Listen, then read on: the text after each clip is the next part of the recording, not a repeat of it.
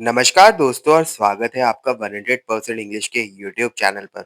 दोस्तों आज के इस वीडियो में हम लोग डिस्कस करने वाले एक बहुत ही बेहतरीन स्टोरी और एक बहुत ही बेहतरीन नोवेल को जिसका नाम है जुलाइज पीपल, जिसे लिखा है एक ब्रिलियंट ऑथर नादीन गॉर्डिमर ने। अगर आप इस टेक्स्ट के बारे में कुछ नहीं जानते तो वीडियो के एंड तक आप एकदम एक्सपर्ट बन जाएंगे। तो चलिए बिना किसी डिले के एकदम बेसिक से शुरू करते हैं और समझते हैं इस बुक के कंटेक्स्ट और इसकी महान ऑथर के बारे में। सबसे पहले बात करते हैं उस इंसान की जिसने ये मास्टर वर्क क्रिएट किया है।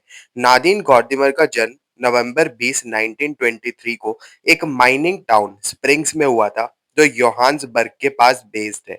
उनके पेरेंट्स यूरोपियन जूइश इमिग्रेंट्स थे। अब आपको लग रहा होगा कि एक प्रिविलेज्ड बैकग्राउंड से आने वाली व्हाइट औरत ब्लैक कम्युनिटी के स्ट्रगल्स के बारे में इतना डीपली कैसे लिख सकती है। यही तो नादिन गॉर्डिमर की सबसे बड़ी खासियत है। एक व्हाइट औरत होने के बावजूद उन्होंने हमेशा रेशियल इनइक्वालिटी के खिलाफ स्ट्रांगली अपनी आवाज उठाई।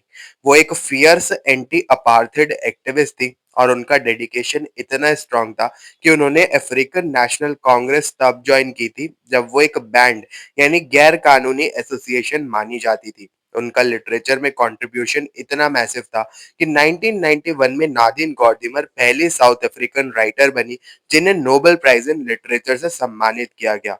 अब आते हैं हमारी नॉवल जुलाइज पीपल के कंटेक्स्ट पर। यह नॉवल 1981 में पब्लिश हुई थी, लेकिन पब्लिश होते ही इस बुक को साउथ अफ्रीका की गवर्नमेंट ने तुरंत बैन कर दिया। क्यों?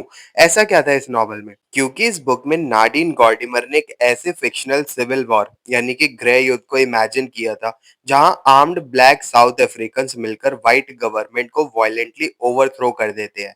ये प्रेडिक्शंस इतनी बोल्ड और रियलिटी के इतनी करीब थी कि उस टाइम की गवर्नमेंट इस सच्चाई से डर गई थी। इस नॉवल को डीपली समझने के लिए आपको अपार्थेड का कॉन्सेप्ट समझना बहुत जरूरी है। अपार्थेड एक टर्म है जिसका सिंपल मतलब होता है अपार्टनेस या फिर बिल्कुल अलग कर देना। 1948 में रूलिंग नेशनल पार्टी ने इस क्रूअल सिस्टम को लीगली शुरू किया था। ये एक ऐसी पॉलिटिकल आइडियोलॉजी थी जहां ब्लैक कम्युनिटी को पॉलिटिकली और सोशली कंप्लीटली सेग्रीगेट कर दिया गया था।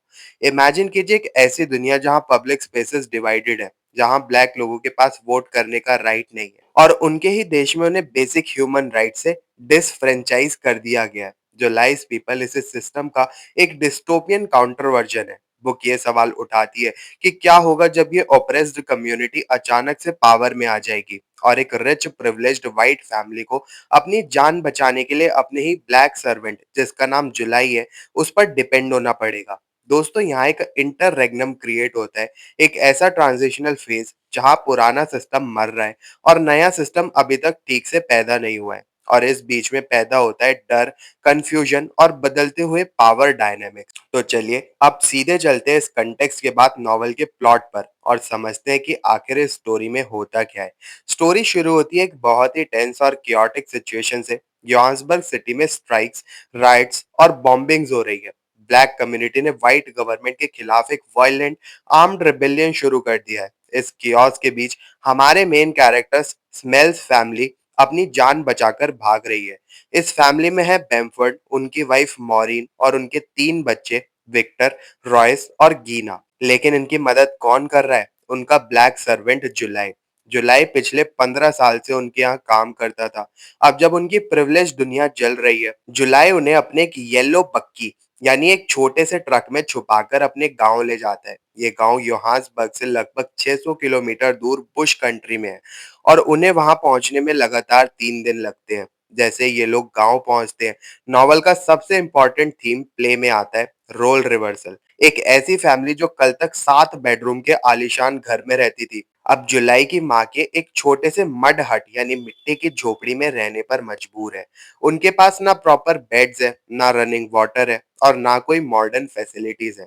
यहाँ गॉर्डिमर हमें दिखाती है कि कैसे स्मेल्स फैमिली अपनी अथॉरिटी और पावर खोती जा रही है। जुलाई अब उनका सर्वेंट नहीं रहा, अब वो उनका होस्ट और प्रोटेक्टर बन गया है। वही डिसाइड करता है कि उन्हें क्या करना चाहिए और कैसे रहना चाहिए। अब इस प्लॉट में 2 बहुत इंपॉर्टेंट ऑब्जेक्ट्स हैं जो व्हाइट पावर को सिंबलाइज करते हैं। एक है बक्की और दूसरा है बेम्फोर्ड की शॉटगन। शुरू में बक्की को बुश में छुपा दिया जाता है ताकि किसी को शक ना हो, लेकिन धीरे-धीरे जुलाई उस बक्की की कीज़ अपने पास रख लेता है और बिना पूछे उसे चलाना सीख लेता है।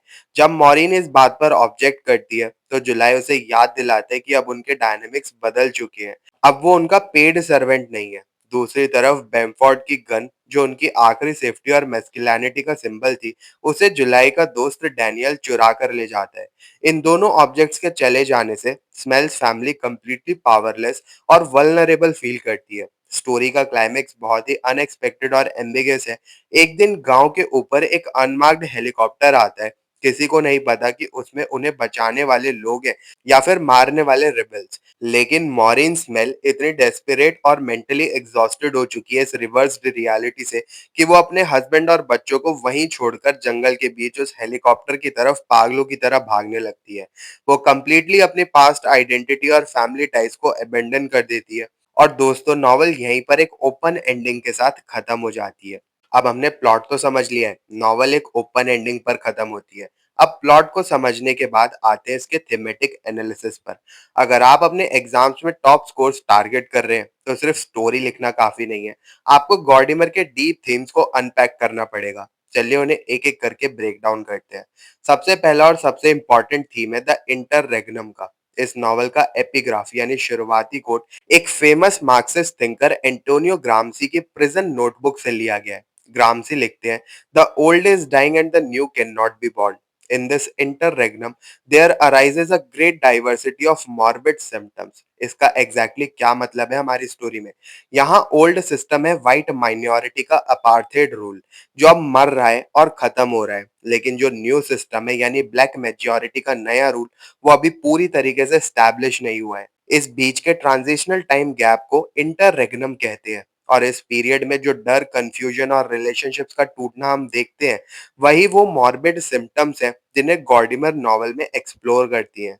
दूसरा मेजर थीम है symbols of power and emasculation. इस नॉवल में अथॉरिटी किसी इंसान के पास नहीं, बल्कि उनके पोजेशंस के पास है। बैमफोर्ड का येलो बग्गी यानी कि ट्रक, उसकी शॉटगन व्हाइट मैस्कुलिनिटी और कंट्रोल के स्ट्रिक्ट सिंबल्स है। जैसे जैसे गांव में जुलाई बग्गी पर अपना कंट्रोल स्टैब्लिश करता है और बेमफोर्ड की गन चोरी हो जाती है, वैसे वैसे बेमफोर्ड की पावर और मैस्कुलिनिटी कंप्लीटली डिस्ट्रॉय हो जाती है। ये सिर्फ दो ऑब्जेक्ट्स का लॉस नहीं, ये व्हाइट सुप्रीमेसी का अल्टीमेट डाउनफॉल है।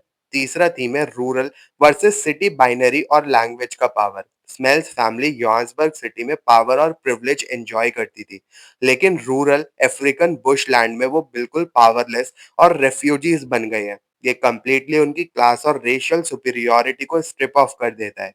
इस आइसोलेशन को और बढ़ा देता है लैंग्वेज का बैरियर। मॉरीन गांव की औरतों की भाषा नहीं समझ पाती, जिसकी वजह से उनके बीच प्रॉपर कन्वर्सेशन नहीं हो सकती। सिर्फ जुलाई इंग्लिश समझता है, जो उसे इस नई दुनिया का अकेला लिंग्विस्टिक मीडिएटर और सबसे पावरफुल इंसान बना देता है। और आखिरी थीम जिसे हम इग्नोर नहीं कर सकते, वो है रिजिड जेंडर रोल्स का। दोस्तों, नॉवल में पॉलिटिकल पावर शिफ्ट जरूर होती है। व्हाइट और ब्लैक के रोल्स रिवर्स हो जाते हैं, लेकिन औरत और आदमी के रोल्स वहीं के वहीं रहते हैं। माइग्रेशन और सर्वाइवल क्राइसिस के बावजूद मॉरीन अभी भी डोमेस्टिक कोर्स कर रही है, बच्चों को नहला रही है और खाना ढूंढ रही है। गॉर्डिमर हाईलाइट करती है कि सोसाइटी चाहे कितनी भी रेडिकली बदल जाए, पेट्रियार्की और जेंडर रोल्स सबसे एंड में चेंज होते हैं। तो दोस्तों, कंक्लूड करते हुए हम ये कह सकते हैं कि जुलाइस पीपल सिर्फ एक सिंपल सर्वाइवल स्टोरी नहीं है। ये अपार्थेड का एक डार्क डिस्टोपियन विजन है, जो ये दिखाता है कि सैकड़ों साल का एक्सप्लॉइटेशन बिना किसी वायलेंट और अनसेटलिंग ट्रांजिशन के इजीली खत्म नहीं हो सकता। गॉर्डिमर हमें चैलेंज करती है अपने खुद के बायसेस और सो कॉल्ड लिबरल आइडियोलॉजीज को क्वेश्चन करने के लिए। इसके साथ ही हमारा आज का ये टॉपिक खत्म हो जाता है। मुझे पूरी उम्मीद है कि आपको ये नॉवल अब अच्छे से क्लियर हो गया होगा। फिर भी आपके कोई भी डाउट्स है तो आप कमेंट सेक्शन में जरूर से पूछ सकते हैं। अगर आपको ये वीडियो पसंद आई हो तो इसको लाइक और शेयर जरूर करें और 100% इंग्लिश चैनल को सब्सक्राइब कर लें और ऐसे इंसाइटफुल वीडियोस के लिए। मिलते हैं फिर अपने नेक्स्ट वीडियो में। तब तक के लिए happy studying and best of luck for your upcoming examinations.